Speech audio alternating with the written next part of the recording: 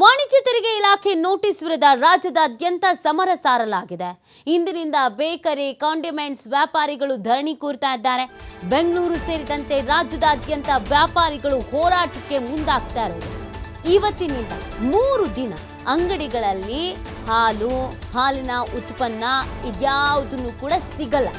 ಬೇಕರಿಯಲ್ಲೂ ಕೂಡ ಇದ್ಯಾವುದು ಸಿಗಲ್ಲ. ಹಾಲು, ಮೊಸರು, ಮಜ್ಜಿಗೆ, ಕಾಫಿ, ಟೀ ಇದ್ಯಾವುದನ್ನು ಕೂಡ ಕೊಡಬಾರ್ದು ಅಂತ ನಿರ್ಧರಿಸಿದ್ದಾರೆ. ಇವತ್ತು ಹಾಲಿನ ಉತ್ಪನ್ನಗಳ ಮಾರಾಟವನ್ನ ಬಂದ್ ಮಾಡ್ತಾ ಇದ್ದಾರೆ. ಕಮರ್ಷಿಯಲ್ ಟ್ಯಾಕ್ಸ್ ನೋಟಿಸ್ ಅನ್ನ ವಿರೋಧಿಸಿ ಈ ಒಂದು ಪ್ರತಿಭಟನೆಯ ಹಾದಿಯನ್ನ ಹಿಡಿದಿರುವಂತದ್ದು ವ್ಯಾಪಾರಿಗಳು. ಹಾಲು ಉತ್ಪನ್ನಗಳ ಮಾರಾಟವನ್ನ ನಿಷೇಧಿಸಿ ಇವತ್ತು ಹೋರಾಟವನ್ನ ಮಾಡ್ತಾ ಇದ್ದಾರೆ. ಇಂದಿನಿಂದ ಕಪ್ಪು ಪಟ್ಟಿಯನ್ನ ಧರಿಸಿ ವ್ಯಾಪಾರವನ್ನ ಮಾಡೋದಕ್ಕೂ ಕೂಡ ನಿರ್ಧಾರವನ್ನ ಮಾಡಲಾಗಿದೆ. ವಿಪರೀತವಾಗಿ ಟ್ಯಾಕ್ಸ್ ಕಟ್ಟಿ ಅಂತ ನೋಟಿಸ್ ಬಂದಿರುವಂಥದ್ದು. 40 ಲಕ್ಷ, 50 ಲಕ್ಷ ಈ ಥರ ಎಲ್ಲ ಬಂದಿದೆ. ಸೊ ಹೇಗೆ ಸಾಧ್ಯ ಆಗತ್ತೆ? ಸಣ್ಣ ವ್ಯಾಪಾರಿಗಳು ಇದರಿಂದ ನಾವು ಸಂಪಾದಿಸೋದು, ನಮ್ಮ ಜೀವನ ನಡೆಸೋದಕ್ಕೆ ಸಾಧ್ಯ ಆಗತ್ತೆ. ಏಕ್ದಮ್ 40 ಲಕ್ಷ 20 ಲಕ್ಷ ಅಂತ ಹೇಳಿದ್ರೆ ಎಲ್ಲಿಂದ ಕಟ್ಟೋದು, ಹೆಂಗೆ ಕಟ್ಟೋದು ಅನ್ನೋದು ಪ್ರಶ್ನೆ.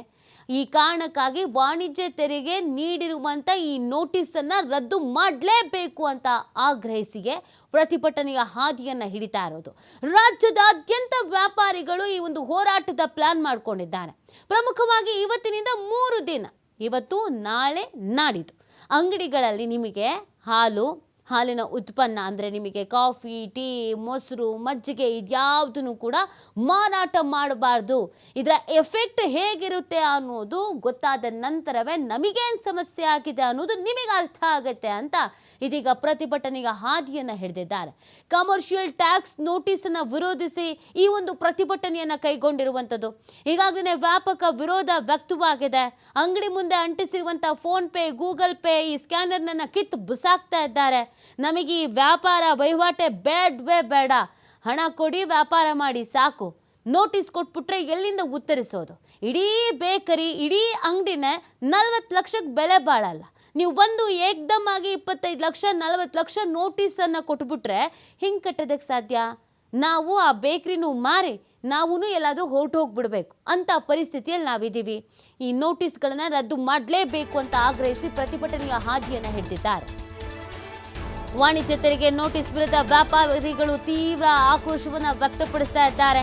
ನಾಳೆ ಸಿಗರೇಟು, ಗುಟ್ಕಾ ಇನ್ನಿತರ ವಸ್ತುಗಳ ಮಾರಾಟವನ್ನು ಸ್ಥಗಿತ ಮಾಡ್ತಾ ಇದ್ದಾರೆ. ಇವತ್ತು ಹಾಲು, ಮೊಸರು ಇದ್ಯಾವುದನ್ನು ಕೂಡ ಸಿಗಲ್ಲ. ನಾಳೆನೂ ಕೂಡ ಒಂದು ವೇಳೆ ನಮ್ಮ ಆಕ್ರೋಶ, ಅಸಮಾಧಾನಕ್ಕೆ ಇವ್ರು ನೋಟಿಸನ್ನು ರದ್ದು ಮಾಡಲಿಲ್ಲ ಅಂತಂದರೆ, ಕೂತು ಮಾತಾಡಲಿಲ್ಲ ಅಂತಂದರೆ, ಸಮಸ್ಯೆನ ಬಗೆಹರಿಸಲಿಲ್ಲ ಅಂತಂದರೆ ನಾಳೆ ನಾವು ಸಿಗರೇಟು, ಗುಟ್ಕಾ ಯಾವುದೇ ವಸ್ತುಗಳನ್ನು ಕೂಡ ಮಾರಾಟ ಮಾಡಲ್ಲ ಅಂತ ಹೇಳ್ತಾ ಇದ್ದಾರೆ. ಜುಲೈ 25ರಂದು ಬೇಕರಿ, ಕಾಂಡಿಮೆಂಟ್ಸ್ ಸಂಪೂರ್ಣವಾಗಿ ಬಂದ್ ಮಾಡ್ತೀವಿ ಅಂತ ಹೇಳ್ತಾ ಇದ್ದಾರೆ. ಜುಲೈ 25ರಂದು ಫ್ರೀಡಂ ಪಾರ್ಕ್ನಲ್ಲಿ ಒಂದು ಬೃಹತ್ ಪ್ರತಿಭಟನೆಗೂ ಕೂಡ ತಯಾರಾಗಿದ್ದಾರೆ. ಈ ಪ್ರತಿಭಟನೆಯಲ್ಲಿ ಪ್ರಮುಖವಾಗಿ ವ್ಯಾಪಾರಿಗಳು ಹಾಗೆಯೇ ಅವರ ಕುಟುಂಬದವರು ಎಲ್ಲರೂ ಕೂಡ ಒಗ್ಗಟ್ಟಾಗಿ ಭಾಗಿಯಾಗಿ ತಮ್ಮ ಶಕ್ತಿ ಪ್ರದರ್ಶನಕ್ಕೂ ಕೂಡ ಇಲ್ಲಿ ಮುಂದಾಗಿದ್ದಾರೆ. ಜುಲೈ 25ರಂದು ಬೆಂಗಳೂರಿನಲ್ಲಿ ಬೇಕರಿ, ಕಾಂಡಿಮೆಂಟ್ಸ್ ಎಲ್ಲವೂ ಕೂಡ ಬಂದಾಗಲಿದೆ ಅನ್ನೋದನ್ನು ಪ್ರತಿಭಟನಾಕಾರರು, ಹೋರಾಟಗಾರರು ತಿಳಿಸ್ತಾ ಇದ್ದಾರೆ. ಅನಿರ್ದಿಷ್ಟಾವಧಿ ಪ್ರತಿಭಟನೆಗೆ ಸಣ್ಣ ವ್ಯಾಪಾರಿಗಳು ನಿರ್ಧಾರವನ್ನು ಮಾಡಿರೋದು. ಶಾಪ್ ಮುಂದೆ no PhonePe, Google Pay ಬೋರ್ಡನ್ನು ಬಳಸ್ತಾ ಇದ್ದಾರೆ. ವಾಣಿಜ್ಯ ತೆರಿಗೆ ನೋಟಿಸ್ ರದ್ದು ಮಾಡುವಂತೆ ವ್ಯಾಪಾರಿಗಳು ಪಟ್ಟು ಹಿಡಿದು ಕೂತಿದ್ದಾರೆ. ಆನ್ಲೈನ್ ಪೇಮೆಂಟ್ ಅಂದ್ರೇನೆ ಬೆಚ್ಚಿ ಬೀಳ್ತಾ ಇದ್ದಾರೆ ವ್ಯಾಪಾರಿಗಳು. ನಮಗೆ ದಯವಿಟ್ಟು ಈ ಆನ್ಲೈನ್ ಪೇಮೆಂಟ್ ಅನ್ನೋದು ಬೇಡವೇ ಬೇಡ ಅಂತ ಹೇಳ್ತಾ ಇದ್ದಾರೆ. ಈಗಾಗಲೇ SBI ಕೂಡ ಇದಕ್ಕೆ ಸಂಬಂಧಪಟ್ಟಂತೆ ಎಚ್ಚರಿಕೆಯನ್ನು ನೀಡಿದೆ. ಮೊದಲ ಬಾರಿಗೆ ಈ ಥರದೊಂದು ಎಚ್ಚರಿಕೆಯನ್ನು ನೀಡಿರುವಂಥದ್ದು. ಹೀಗೆ ಮಾಡಿಬಿಟ್ರೆ ಎಲ್ಲ ಫೋನ್ ಪೇ, ಗೂಗಲ್ ಪೇ ಬಳಕೆ ಮಾಡಲಿಲ್ಲ, ಮತ್ತೆ ವಾಪಸ್ ನಗದು ವಹಿವಾಟು ಅಂದರೆ ಹಣದ ವ್ಯಾಪಾರಕ್ಕೆ ಹೋದ್ರು ಅಂತ ಅಂದರೆ ಸಮಸ್ಯೆ ಆಗತ್ತೆ. ಈಗ ಆಲ್ರೆಡಿ ನಾವು ಸಾಕಷ್ಟು ಮುಂದಕ್ಕೆ ಬಂದ್ಬಿಟ್ಟಿದ್ದೀವಿ. ಡಿಜಿಟಲ್ ಅಂತ ಎಲ್ಲರೂ ಫೋನ್ ಪೇ, ಗೂಗಲ್ ಪೇ ಬಳಕೆ ಮಾಡ್ಕೊಳ್ತಾ ಇದ್ದೀವಿ. ಈ ರೀತಿಯಾಗಿ ನೋಟಿಸನ್ನು ಕೊಟ್ಟಿರೋದು ಆತಂಕಕ್ಕೆ ಕಾರಣವಾಗಿದೆ ಅನ್ನೋದನ್ನು ಕೂಡ ಹೇಳಲಾಗ್ತಾ ಇದೆ. ಈ ಎಲ್ಲ ಬೆಳವಣಿಗೆಗಳ ಬಗ್ಗೆ ಮತ್ತಷ್ಟು ಮಾಹಿತಿಯನ್ನು ನೀಡ್ತಾರೆ ನಮ್ಮ ಪ್ರತಿನಿಧಿ ಗಣೇಶ್ ಹೆಗ್ಡೆ. ಇವತ್ತು ಪ್ರತಿಭಟನೆ ಹಮ್ಮಿಕೊಂಡಿದ್ದಾರೆ. ನಾಳೆನೂ ಕೂಡ ಪ್ರತಿಭಟನೆ ಇದೆ. ಫ್ರೀಡಂ ಪಾರ್ಕ್ನಲ್ಲಿ ಪ್ರತಿಭಟನೆ ಮಾಡ್ತೀವಿ ಅಂತ ಹೇಳ್ತಾ ಇದ್ದಾರೆ. ಯಾವ ರೀತಿಯಾಗಿ ವಿರೋಧಿಸ್ತಾ ಇದ್ದಾರೆ, ಇದನ್ನು ಸರ್ಕಾರಕ್ಕೆ ಬಿಸಿ ಮುಟ್ಟಿಸುವಂತ ನಿಟ್ಟಿನಲ್ಲಿ ಪ್ರಯತ್ನಗಳು ನಡೀತಾ ಇದೆ ಅಂತ? ಕರ್ನಾಟಕ ರಾಜ್ಯ ಕಾರ್ಮಿಕ ಪರಿಷತ್ ಅಧ್ಯಕ್ಷರಾದಂತಹ ಡಾಕ್ಟರ್ ರವಿ ಶೆಟ್ಟಿ ಬೈಂದೂರು ಅವರ ನೇತೃತ್ವದಲ್ಲಿ ಒಂದು ಪ್ರತಿಭಟನೆ ನಡೆಸ್ತಾ ಇರುವಂತದ್ದು. ಮುಖ್ಯವಾಗಿ ಈಗಾಗಲೇ ತೆರಿಗೆ ಅಧಿಕಾರಿಗಳು ನೀಡಿರುವಂತಹ ಏನು ನೋಟಿಸ್ ಇದೆ, ಹಾಗೇನೆ ಬಾಕಿ ಮೊತ್ತವನ್ನ ಲಕ್ಷಗಟ್ಟಲೆ ಕಟ್ಟಬೇಕು ಅನ್ನುವಂತಹ ಒಂದು ಎಚ್ಚರಿಕೆ ಏನಿದೆ. ಸಹಜವಾಗಿ ಬೆಂಗಳೂರು ಸೇರಿದಂತೆ ರಾಜ್ಯದಲ್ಲಿ ಇರುವಂತಹ ವ್ಯಾಪಾರಸ್ಥರು, ಹಾಗೇನೆ ವರ್ತಕರು, ಹಾಗೇನೆ ತಳ್ಳೋ ಗಾಡಿಯಲ್ಲಿ ವ್ಯಾಪಾರ ಮಾಡುವಂತವ್ರು.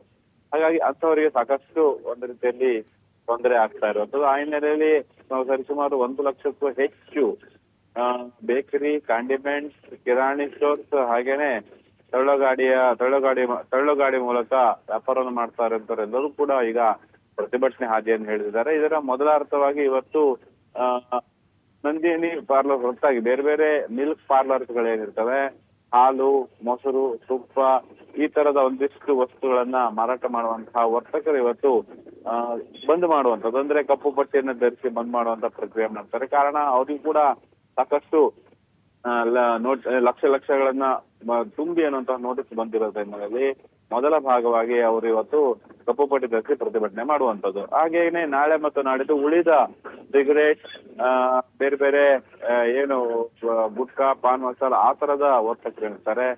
ಹಾಗೇನೆ ಕಿರಾಣಿ ಸ್ಟೋರ್ಸ್ ಅಂತಂದ್ರೆ ಮುಖ್ಯವಾಗಿ ಬೇಳೆಕಾಳುಗಳನ್ನ ಮಾರಾಟ ಮಾಡುವಂತಹ ವ್ಯಾಪಾರಿಗಳು, ವರ್ತಕರು ಇರ್ತಾರೆ. ಅವರು ನಾಳೆ ಮತ್ತೆ ನಾಡಿದ್ದು ಅಂಗಡಿಯನ್ನ ಬಂದ್ ಮಾಡುವ ಮೂಲಕ ತಮ್ಮ ಆಕ್ರೋಶವನ್ನ ಹೊರ ಹಾಕುವಂತದ್ದು. 25ರಂದು ಫ್ರೀಡಂ ಪಾರ್ಕ್ ನಲ್ಲಿ ಸರಿಸುಮಾರು 1 ಲಕ್ಷ ಅಂದ್ರೆ 60ರಿಂದ 1 ಲಕ್ಷ ವ್ಯಾಪಾರಸ್ಥರು ಹಾಗೂ ಆ ಕುಟುಂಬದವರು ಬಂದು ಏನು ಅಹೋರಾತ್ರಿ ಅಥವಾ ಅನಿರ್ದಿಷ್ಟಾವಧಿ ಮುಷ್ಕರವನ್ನ ನಡೆಸಲಿಕ್ಕೆ ಈಗಾಗಲೇ ತಯಾರಿಯನ್ನ ಮಾಡ್ಕೊಂಡಿರುವಂತದ್ದು. ಎಲ್ಲ ಬೆಳವಣಿಗೆಗಳ ಬಗ್ಗೆ ರಾಜ್ಯ ಸರ್ಕಾರಕ್ಕೂ ಕೂಡ ಮಾಹಿತಿ ಇದೆ, ವಾಣಿಜ್ಯ ತೆರಿಗೆ ಇಲಾಖೆ ಅಧಿಕಾರಿಗಳು ಕೂಡ ಮಾಹಿತಿ ಇದೆ. ಯಾಕಂದ್ರೆ ಎಲ್ಲವನ್ನೂ ಕೂಡ ಮನವಿಯನ್ನ ಈಗಾಗಲೇ ವರ್ತಕರ ಸಂಘ, ವ್ಯಾಪಾರಸ್ಥರ ಸಂಘ ನೀಡಿರುವಂತ ಹಿನ್ನೆಲೆಯಲ್ಲಿ ಸರ್ಕಾರ ಆ ನಿಟ್ಟಿನಲ್ಲಿ ಏನಾದರೂ ಭರವಸೆಯನ್ನು ನೀಡುವಂತ ಪ್ರಯತ್ನವನ್ನ ಇವತ್ತು ನಾಳೆ ಮಾಡಿದ್ರೆ ನಾಡಿದ್ದು ಪ್ರತಿಭಟನೆಯನ್ನ ಕೈ ಬಿಡ್ತಾರೆ. ಇಲ್ಲ ಅಂತಂದ್ರೆ ನಾಡಿದ್ದು ಉಗ್ರ ಹೋರಾಟ ಆಗುವಂತದ್ದು ನಿಶ್ಚಯ ಆಗತ್ತೆ. ಹಾಗೇನೆ ಜನಸಾಮಾನ್ಯರಿಗೆ ಬೇಕಾಗುವಂತಹ ಅಗತ್ಯ ವಸ್ತುಗಳು, ಯಾಕಂದ್ರೆ ತುಂಬಾ ಸ್ಥಿತಿ ಇರುವಂತಹ ಹಾಲು ಮತ್ತು ತುಪ್ಪ, ಮೊಸರು ಏನಿದೆ ಈ ತರದ ವಸ್ತುಗಳು ಸಿಗಲ್ಲ ಅನ್ನುವಂಥದ್ದು. ಅದರಲ್ಲೂ ಕೂಡ ಬೇಳೆಕಾಳುಗಳು ಏನಾದ್ರು ಅಥವಾ ಕಿರಾಣಿ ಸ್ಟೋರ್ಸ್ ಅಂಗಡಿಗಳು ಕ್ಲೋಸ್ ಆದ್ರೆ ಸಹಜವಾಗಿ ಬೇಳೆಕಾಳುಗಳು, ತರಕಾರಿಗಳು ಕೂಡ ದೊರೆಯೋದು ಬಹುತೇಕ ಕಷ್ಟ ಆಗುತ್ತೆ. ನೀತಿ. ಓಕೆ, ಇನ್ನು ಗಣೇಶ್, ಇದಕ್ಕೆ ಸಂಬಂಧಪಟ್ಟಂತೆ ಪ್ರತಿಭಟನೆ 3 ದಿನಗಳ ಹೋರಾಟ ಅಂತೆಲ್ಲ ಹೇಳ್ತಾ ಇದ್ದಾರೆ.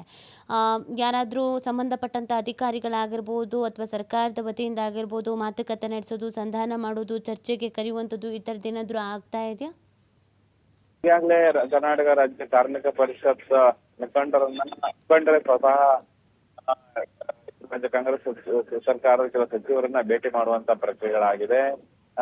ಸಚಿವ ಜಮೀರ್ ಅಹಮದ್ ಅವ್ರ ಜೊತೆಗೂ ಮಾತುಕತೆ ನಡೆಸಿದ್ದಾರೆ. ಹಾಗೇನೆ ಬೇರೆ ಸುರೇಶ್ ಅವ್ರ ಜೊತೆಗೂ ಮಾತುಕತೆ ನಡೆಸಿದ್ದಾರೆ. ಆದ್ರೆ ಅದ್ಯಾವುದು ಕೂಡ ಫಲಪ್ರದವಾಗಿಲ್ಲ. ಅದು ನೇರವಾಗಿ ಸಿಎಂ ಸಿದ್ದರಾಮಯ್ಯನವರ ವ್ಯಾಪ್ತಿ ಬರುವಂತ ಹಿನ್ನೆಲೆಯಲ್ಲಿ, ಹಣಕಾಸು ಮಂತ್ರಿ ಸಿದ್ದರಾಮಯ್ಯನವರೇ ಆಗಿರುವಂತ ಹಿನ್ನೆಲೆಯಲ್ಲಿ ಸಿದ್ದರಾಮಯ್ಯನವರ ಜೊತೆ ಸಭೆ ಆಗ್ಬೇಕು, ಸಿದ್ದರಾಮಯ್ಯನವರ ಅಂತಿಮ ನಿರ್ಧಾರವನ್ನು ಮಾಡಬೇಕಾಗುತ್ತೆ. ಆ ನಿಟ್ಟಿನಲ್ಲಿ ಸಚಿವರಿಂದಲೂ ಕೂಡ ಸಕಾರಾತ್ಮಕ ಸ್ಪಂದನೆ ಈ ವ್ಯಾಪಾರಸ್ಥರ ಸಂಘಕ್ಕೆ ಸಿಕ್ಕಿಲ್ಲ. ಹಾಗಾಗಿ ಈಗ ಎಚ್ಚರಿಕೆ ಅಂತಂದ್ರೆ ಅನಿವಾರ್ಯವಾಗಿ ಒಂದು ಆ ತರದ ಬಹುದೊಡ್ಡ ಮೊತ್ತವನ್ನ ತುಂಬಲಿಕ್ಕೆ ವರ್ತಕರನ್ನು ಸಾಧ್ಯ ಇಲ್ಲ ಅನ್ನುವಂಥದ್ದು ಈಗ ನಿಶ್ಚಯ ಆಗಿರುವಂತದ್ದು. ನಾವು ಕಳೆದ 2021ರಿಂದ ಇಲ್ಲಿವರೆಗೆ ನಾವು ಟ್ರಾನ್ಸಾಕ್ಷನ್ ಮಾಡಿರ್ಬೋದು. ಸರಾಸರಿ 5-6 ಲಕ್ಷ ಅಂತಾನೆ ಒಂದು 20-25 ಲಕ್ಷ ನಾವು ವಹಿವಾಟನ್ನು ಮಾಡಿದ್ರು ಕೂಡ ನಮಗೆ ಲಾಭ ಎಷ್ಟಿದೆ, ಕೇವಲ ಟ್ರಾನ್ಸಾಕ್ಷನ್ ಅನ್ನ ಕನ್ಸಿಡರ್ ಮಾಡೋದಲ್ಲ, ನಮಗೆ ಬಂದಿರುವಂತಹ ಆದಾಯ ಎಷ್ಟು ಅನ್ನೋದರ ಮೇಲೆ ನೀವು ತೆರಿಗೆಯನ್ನು ಹಾಕಿದ್ರೆ ಉತ್ತಮ. ಸಾವಿರಾರು ಲಕ್ಷಾಂತರ ಟ್ರಾನ್ಸಾಕ್ಷನ್ ಆದ ತಕ್ಷಣ ನಾವು ಶ್ರೀಮಂತರ ಆಗಿದ್ದೀವಿ ಅನ್ನೋಂಥ ಅರ್ಥ ಅಲ್ಲ ಅನ್ನುವಂಥದ್ದು ವರ್ತಕರ ಬಹುಮುಖ್ಯ ಬೇಡಿಕೆ, ಹಾಗೇನೆ ನೋವು ಕೂಡ. ಅದನ್ನ ಪರಿಶೀಲಿಸುವಂತ ಪ್ರಕ್ರಿಯೆ ವಾಣಿಜ್ಯ ತೆರಿಗೆ ಅಧಿಕಾರಿಗಳು ಮಾಡ್ತಾ ಇಲ್ಲ, ಅದು ರಾಜ್ಯ ಸರ್ಕಾರದ ಅಡಿಯಲ್ಲೇ ಬರುವಂತಹ ಅಧಿಕಾರಿಗಳ ವರ್ಗ ಮಾಡ್ತಾ ಇಲ್ಲ. ಸರ್ಕಾರ ಕೂಡ ಕಣ್ಮುಚ್ಚಿ ಅಥವಾ ಗೊತ್ತಿಲ್ಲದ ರೀತಿಯಲ್ಲಿ ವರ್ತನೆ ಮಾಡ್ತಾ ಇರೋದು ಇವರ ಅಸಮಾಧಾನ ಮತ್ತಷ್ಟು ಹೆಚ್ಚಾಗ್ತಾ ಇದೆ. ಹಾಗಾಗಿ ಪ್ರತಿಭಟನೆ ಹಾದಿ ಅನಿವಾರ್ಯ ಅನ್ನುವಂತಹ ಸ್ಥಿತಿ ಈಗ ಕಂಡು ಬರ್ತಾ ಇರುವಂತದ್ದು. ಓಕೆ, ಥ್ಯಾಂಕ್ ಯು ಗಣೇಶ್, ತಮ್ಮ ಡೀಟೇಲ್ಸ್ಗಾಗಿ.